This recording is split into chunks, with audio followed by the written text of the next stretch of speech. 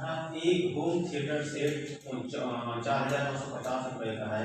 यदि उस पर 20% और 15% की दो क्रमिक छूट दी जाए तो उसका विक्रय मूल्य क्या होगा। तो देखिए विक्रय मूल्य, ठीक है, विक्रय मूल्य बराबर, जब क्रमिक और क्रमागत हो गया, लगातार छूट है, उसका क्या लिखेंगे, जितना आपका दाम है 49,50 गुणे 100 में से 20 घटा दीजिए, कितना हो गया 80 बटे क्या होगा प्रतिशत 100 गुणे 15 घटा दीजिए 85 बटे क्या हो गया 100 हो गया। अब देखिए कटता है तो काटे, एक जीरो यहाँ एक जीरो यहाँ पे कट गया। 5 से काटेंगे इसको, 5 से 30 को हो गया 70, यह हो गया 20 हो गया।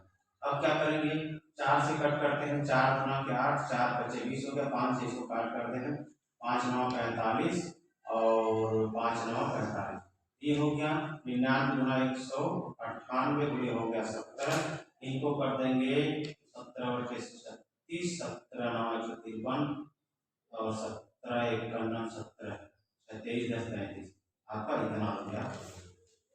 यदि दो संख्या प्रत्येक 13 से बड़ी का मौसा 13 तथा लौसा 273 है तो संख्याओं का योग क्या होगा।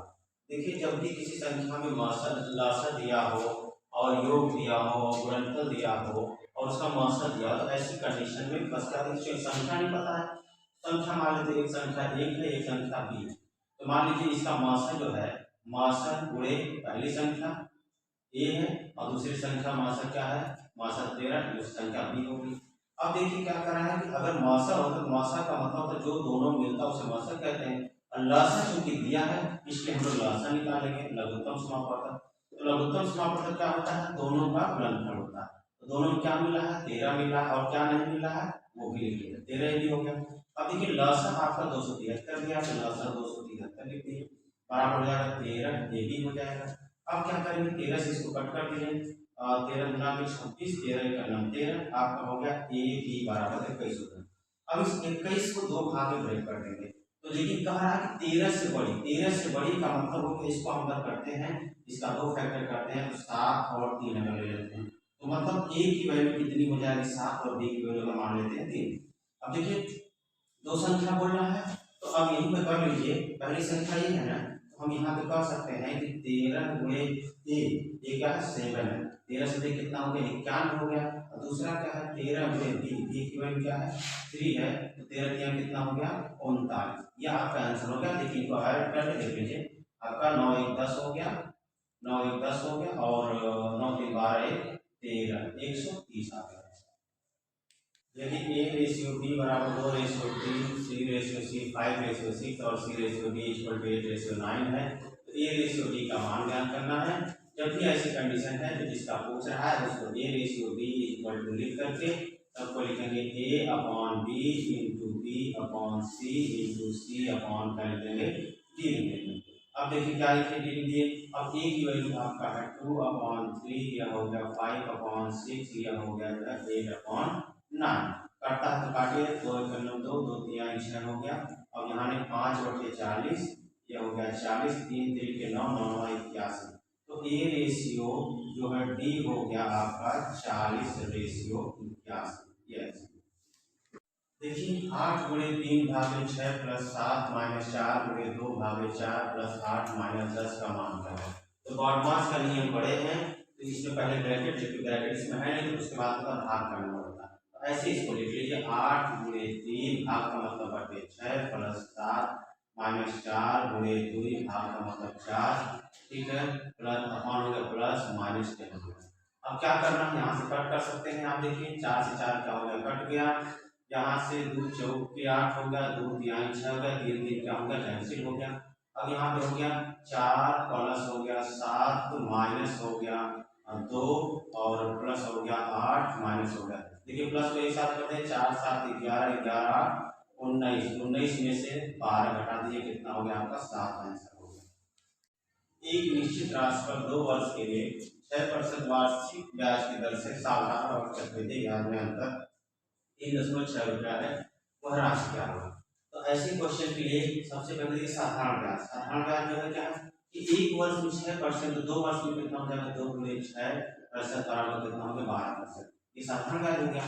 और जो चक्रवृद्धि ब्याज होता है जिसको सीआई बोलते हैं, वह क्या होता है साधारण ब्याज जितना होता है उसमें जो है जो रेट होता है उसका स्क्वायर करके अब 2 अंक दशमलव लगाते हैं, 2 अंक के बाद क्या लगाते हैं, दशमलव लगाते हैं।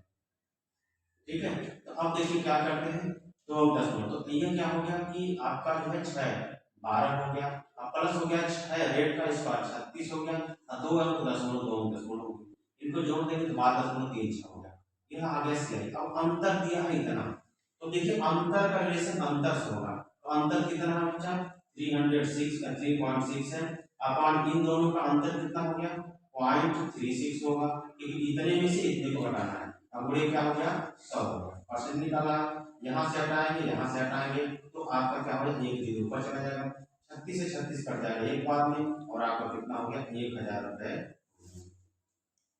कह रहा है कि 0.00064 का घनमूल क्या होगा, तो देखिए घनमूल में क्या होता है कि 3 3 का जोड़ा बनता है, घनमूल में क्या होता है 3 3 का जोड़ा बनता है। ठीक है 6 तो 3 3 का जोड़ा बनता है, घनमूल है 3 का जोड़ा बना लिया। अब जोड़ा का मतलब है कि सब में से एक में से निकल जाएगा, यहाँ पे इसमें से एक जीरो आ जाएगा और इसमें से क्या 64 का क्या होता है 4 होता है, और यहाँ दशमलव की दशमलव लगा के आगे निकाल, ये इसका क्या होगा घनमूल हो जाएगा। आँख की लंबाई चौड़ाई और ऊंचाई क्रमशः 12 मीटर 4 मीटर 3 मीटर है, उसे अधिक से अधिक लंबे बांस की लंबाई ज्ञात कीजिए जो उसमें रखा जा सकता है। तो देखिए अधिक से अधिक लंबाई ज्ञात करने का मतलब जानते हैं कि एक घनाभ है, लाइक क्या है एक घनाभ है। ठीक है, तो घनाभ का मतलब है कि जब भी कोई लॉन्गेस्ट पूछे, लॉन्गेस्ट साइड तो हमेशा उसका डायगोनल होता है। ठीक है, तो इसकी जो लंबाई दिया है वह 12 मीटर है, और चौड़ाई दिया है वह कितना है 4 मीटर है, और ऊंचाई जो दिया है वह 3 मीटर है।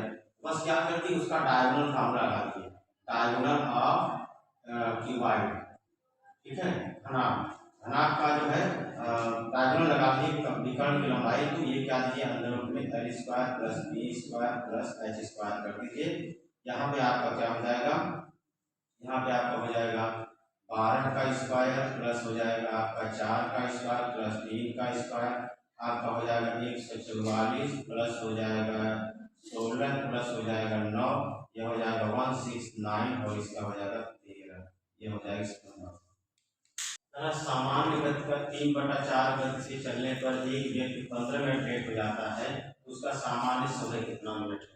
तो देखिए इसमें क्या है कि एक गति दिया है, गति मतलब स्पीड, स्पीड कितना है 3/4, और यह क्या है इस समय जो टाइम है, टाइम यह क्या होता है इसी का व्युत्क्रम हो जाता है, व्युत्क्रम मतलब उल्टा हो जाता है 4/3। अब कहना है कि 15 मिनट अर्थात एक व्यक्ति 15 मिनट लेट जाता है, मतलब इस घड़ी आप देखे होंगे तो 15 चौके 60 होता है, क्योंकि एक का अंतर क्या होगा 15 चौके 60 होता है।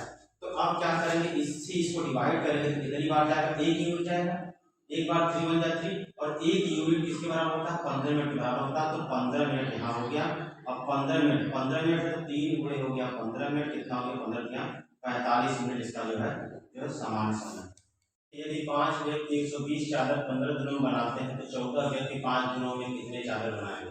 इसमें कुछ नहीं, आप याद रखिएगा m1 b1 h1 upon w1 equal to m2 b2 h2 upon क्या कर दीजिएगा w2।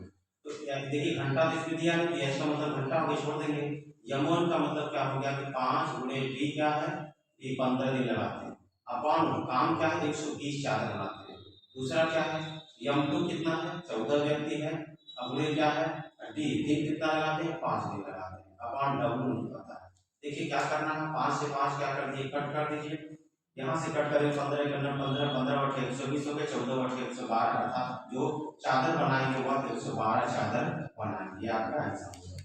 यदि किसी संख्या में 16 से भाग देने पे 7 शेष बचता है तो इसी संख्या को 4 से भाग देने पे शेषफल क्या होगा। देखिए ऐसे क्वेश्चन में कुछ नहीं करना है, सिंपल सा है, अगर शेष दिया है शेषफल दिया है तो बस क्या करना है कि जो शेषफल होता है उसी शेषफल को शेषफल से भाग दे दीजिए, और जो आपका आएगा शेषफल वही आपका आंसर देख लीजिए। 7 भाग यहाँ हो गया 4, 4 4 यहाँ हो गया 3, शेषफल क्या हो गया 3, यही आपका आंसर हो जाएगा।